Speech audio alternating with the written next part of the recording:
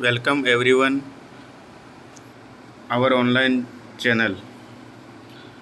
आज अपन जिस टॉपिक के बारे में बात करने जा रहे हैं उस टॉपिक का नाम है इंट्राक्रैनियल फ्रैक्चर। यह एक टॉपिक जो है सेंट्रल नर्वस सिस्टम का है, जिसके अंदर ब्रेन और स्पाइनल कॉर्ड आती है। इस टॉपिक के अंदर अपन बात करेंगे कि जो आईसीपी है वो इंक्रीज हो जाता है नॉर्मल वैल्यू से, और वह क्यों हो जाता है और होने के बाद क्या साइन सिम्टम आते हैं और कैसे ये प्रोसेस जो है अपने ब्रेन के अंदर हो जाती है, और इसका जो है होने का तरीका क्या है, हो गया है तो उसका अपन डायग्नोसिस क्या करेंगे, अगर डायग्नोसिस हो गया है तो उसका ट्रीटमेंट क्या करेंगे। इस ट्रीटमेंट मॉडलिटीज़ में जो है अपन सभी प्रकार के, जैसे मेडिकल है, सर्जरिकल है, नर्सिंग है, तीनों प्रकार की ट्रीटमेंट मॉडलिटीज़ के बारे में अपन डिस्कस करेंगे। ये टॉपिक अपना जो है अपन स्टार्ट करने जा रहे हैं। तो जो है प्रेशर जो है ब्रेन के अंदर इंक्रीज हो जाता है, जो नॉर्मल प्रेशर होता है उससे बढ़ के कितना नॉर्मल होता है 10 से 20 mmHg होता है, और उससे बढ़ जाता है या बढ़ के कितना ज़्यादा 25 mmHg, और कितने टाइम तक विद इन 5 मिनट के अंदर मोर देन 25 जो है mmHg से ज़्यादा हो जाता है, उस कंडीशन को बोला जाता है क्या, इंट्राक्रैनियल फ्रैक्चर। ठीक है।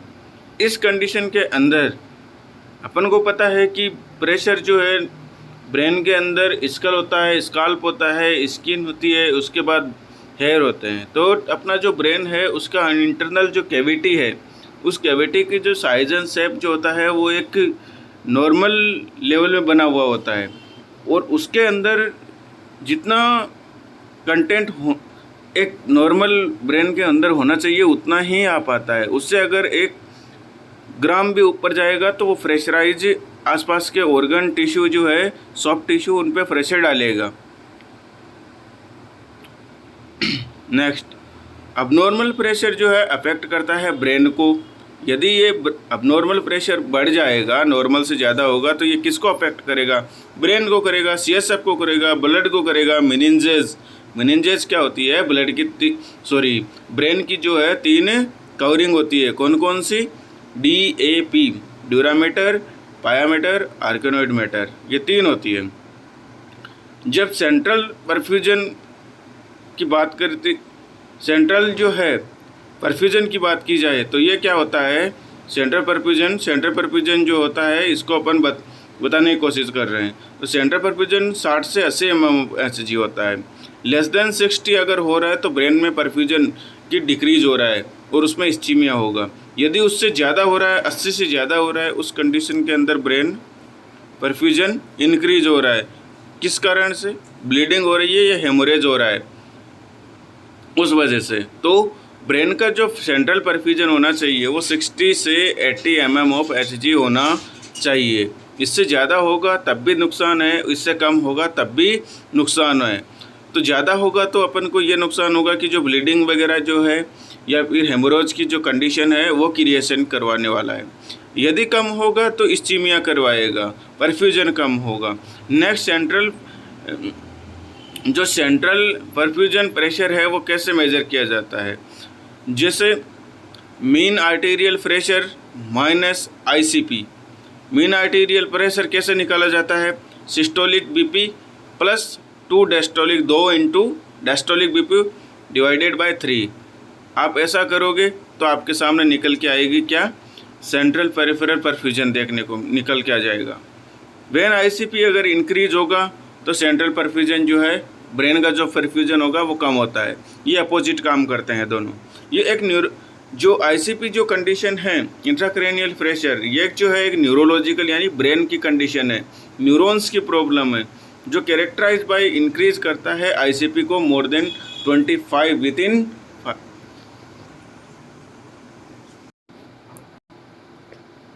तो ब्रेन परफ्यूजन जो है ब्रेन के अंदर यदि ICP बढ़ा हुआ रहे, कितना 25 mmHg से ज़्यादा, और लगातार कितने टाइम तक, 5 मिनट तक, इस कंडीशन को इंट्राक्रैनियल प्रेशर की जो प्रॉब्लम है वह कहलाती है।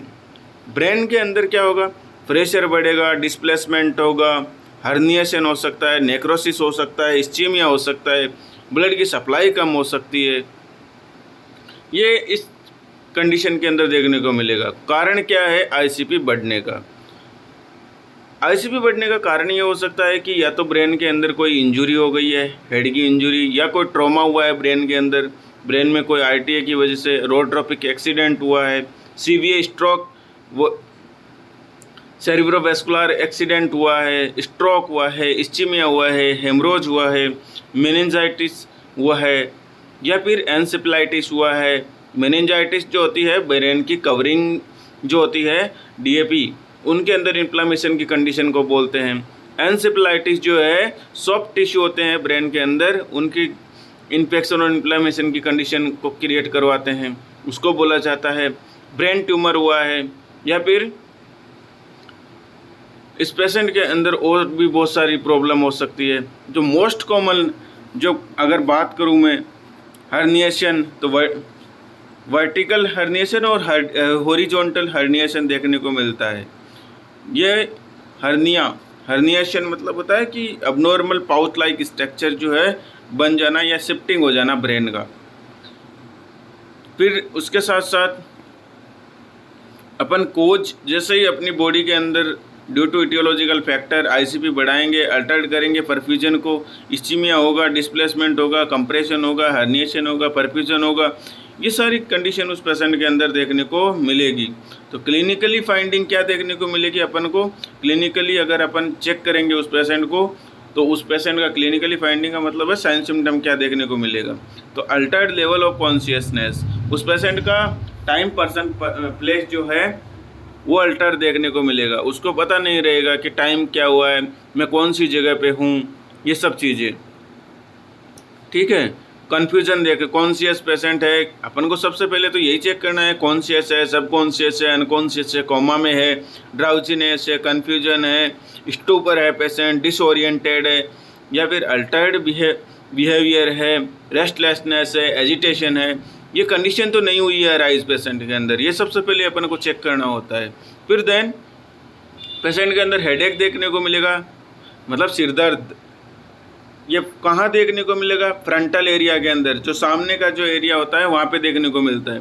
हो भी सकता है, नहीं भी हो सकता है, ऑन एंड ऑफ। ठीक है, इस कंडीशन के अंदर आप जो फ्रंटल एरिया है वहाँ का ड्यूरामीटर जो लेयर होती है वहीं पे सबसे ज़्यादा ये प्रॉब्लम क्रिएशन होती है। नोजिया वोमिटिंग देखने को मिल सकती है। यदि पेशेंट के अंदर नोजिया और वोमिटिंग जो है कंडीशन देखने को मिल सकता है। स्टिमुलेशन हो सकता है CTZ, जो CTZ रिसेप्टर होता है ये ब्रेन के अंदर, जो वोमिटिंग को एक्टिवेट करता है। ठीक है, प्रोजेक्टाइल वोमिटिंग का एक मैंने प्रॉब्लम पढ़ाई रखी है पहले से ही, उसमें भी देखने को मिलती है और यहाँ पर भी देखने को मिलती है। तो बताना उसका नाम क्या है, कौन सी प्रॉब्लम में मैंने प्रोजेक्टाइल वोमिटिंग का जो है जिक्र किया है। डिप्लोपिया देखने को मिलता है। डिप्लोपिया का मतलब होता है डबल विजन, 1% डबल दिखेगा।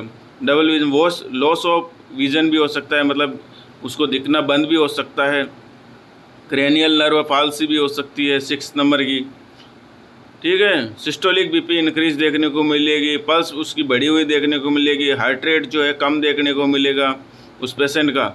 स्ट्रोक ब्रीथिंग जो है वो भी चेंजेस देखने को मिलेगी आप लोगों को।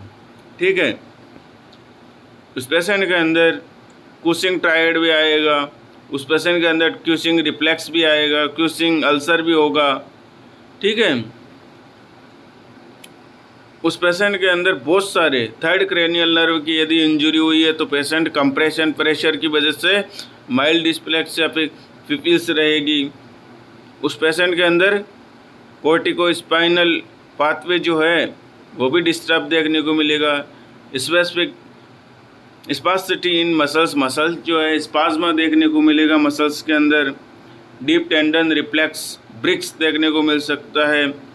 बेबेंस की रिफ्लेक्स प्रेजेंट देखने को मिल सकता है। अबनॉर्मल पोस्चर हो सकता है पेशेंट का। ठीक है, डिकोर्टिकेट रिफ्लेक्स पोस्चर हो सकता है सेरिब्रल कॉर्टेक्स के अंदर यदि इंजरी हुई है तो। ये आप लोगों को इस पेशेंट के अंदर फाइंडिंग देखने को मिलेगी। नेक्स्ट डायग्नोसिस क्या करोगे, हिस्ट्री कलेक्शन करवा सकते हो, फिजिकल एग्जामिनेशन करवा सकते हो, न्यूरोलॉजिकल असेसमेंट कर सकते हो पेशेंट का, सीएनएस ऑब्जर्वेशन कर सकते हो। उस पेशेंट का इन्वेस्टिगेशन ऑफ चॉइस रहेगा नॉन कॉन्ट्रा सिटी स्कैन करवाओ। सिटी स्कैन इसका जो है मेन जो है डायग्नोसिस रहेगा हेड का और ब्रेन का, मतलब हेड यानी ऊपर का और ब्रेन यानी नीचे के सॉफ्ट टिश्यू, ठीक है। देन उस पेशेंट के अंदर मैनेजमेंट क्या करोगे, मैनेजमेंट करने के लिए ओस्मोथेरेपी मतलब फ्यूरिसामाइड वगैरह ड्रग्स जो होती है वो देंगे। क्यों, क्योंकि जो है फ्लूइड का लेवल बढ़ा है, उसको एडिमेटस हुआ है तो फ्लूइड को बाहर निकालना है। तो मैनिटोल है, आईवी देना है, एसिटाजोलामाइड दे सकते हो, ग्लूकोल दे सकते हो, ठीक है, 3% सेलाइन दे सकते हो। ये क्या करेंगे, फ्लूइड को शिफ्ट करने का काम करेगा वेसल्स के अंदर, और वेसल्स के अंदर ब्लड जाएगा, फ्लूइड जाएगा, एक्स्ट्रा फ्लूइड पड़ा है वो तो ब्लड वेसल्स में आएगा, ब्लड वेसल्स में आएगा तो क्या होगा वो बॉडी के यूरिन के द्वारा एग्जिट कर दिया जाएगा। डायूरेटिक्स दे सकते हो, लूप डायूरेटिक्स है, लेसिक्स वगैरह दे सकते हो, स्टेरॉइड्स दे सकते हो, मिनिटॉल्स। उस पेशेंट के अंदर मिथाइल प्रेडिनिसोलोन दे सकते हो, डेक्सामिथासोन दे सकते हो। ये इन्फ्लामेशन की जो कंडीशन है, इन्फेक्शन और इन्फ्लामेशन की कंडीशन को कम करेगा। साइटोटॉक्सिक एडिमा हुआ है तो अवॉइड करोगे। उस पेशेंट के अंदर इमीडिएट स्टेरॉइड्स को लिमिट कर दोगे या फिर अवॉइड कर दोगे, ठीक है। उसको सेडेटिव्स दे सकते हो काम डाउन करने के लिए पेशेंट को, उसको रिलैक्स करने के लिए, जैसे मॉर्फिन सल्फेट है, मिडाजोलाम है। ये जो ड्रग्स होती है ये क्या करती है, उसको रिलैक्स करती है पेशेंट को, ठीक है। और ये एक काम ये भी करती है कि जो ऑक्सीजन कंजप्शन कैपेसिटी है उसको भी कम करती है, जिससे पेशेंट के अंदर सप्लाई बढ़ेगी और डिमांड कम होगी तो पेशेंट थोड़ा सा रिलैक्स होगा। एक्टिव यदि एंटी कन्वर्जन ड्रग्स भी दे सकते हो, एंटी सीजर ड्रग्स जिसको बोल सकते हो, ठीक है, मिडाजोलाम। मसल्स रिलैक्सेंट दे सकते हो, उसके अंदर टाइप फर्स्ट की डोपामिन वगैरह, नोरेड्रेनालिन वगैरह जो है पेशेंट को दिया जा सकता है। फेनेटामाइन दे सकते हो कोमा में अगर पेशेंट है तो। टाइप सेकंड थेरेपी है ये। फर्स्ट टाइप की थेरेपी ये जो ऊपर जो बताई है मैंने वो है। नेक्स्ट बात करते हैं अपन थेराप्यूटिक, अपन ट्रीटमेंट क्या कर सकते हैं। यदि टेम्परेचर बढ़ रहा है पेशेंट का तो मेटाबॉलिक रिक्वायरमेंट डिक्रीज होगी, ऑक्सीजन और न्यूट्रिएंट है वो भी डिक्रीज होगा, उसका कंजप्शन उस पेशेंट के अंदर। और क्या कर सकते हो, शंट लगा सकते हो, ब्रेन के अंदर जो फ्लूइड भरा है उसको पेरिटोनियल कैविटी के अंदर उतार सकते हो, वर्टिको पे पेरिटोनियल शंट बोला जाता है उसको। डिकम्प्रेशन जो है, क्रेनियोटोमी, हेड इंजरी हुआ है तो ये कर सकते हो। वेंट्रिकुलोस्टोमी कर सकते हो, या आप लोग कर सकते हो। नर्सिंग मैनेजमेंट क्या करोगे, सबसे पहले असेस करोगे पेशेंट को, कोज क्या है, कंडीशन क्या है, कॉम्प्लिकेशन क्या है, ये सब चीज़ें असेस करोगे। न्यूरोलॉजिकल डिस्फंक्शन हुआ है तो फिर उसके बाद न्यूरोलॉजिकल असेसमेंट करने के बाद क्या करोगे, उस पेशेंट के अंदर कंफर्टेबल पोजीशन दोगे 30 डिग्री, ठीक है। उस पेशेंट को कंफर्टेबल एनवायरनमेंट दो, कूल एंड क्लाम जो एनवायरनमेंट होता है, वेल वेंटिलेटेड, वेल लाइटेड जो है रूम उसको प्रोवाइड करो, जो कम से कम वहाँ उस पेशेंट को इरिटेशन कम हो। कंफर्टेबल लाइट बेड वगैरह होना चाहिए, टेम्परेचर अच्छा होना चाहिए, कोल्ड, ठीक है, ब्राइट लाइट जो है नहीं होनी चाहिए। ये सब चीज़ें उस पेशेंट के लिए होनी चाहिए। और पेशेंट को असेस करो, मॉनिटर करो, कंपेयर करो और कंक्लूड करो, इंटरवेंशन करो, ये अपन को करना होता है। थैंक यू दोस्त, थैंक यू।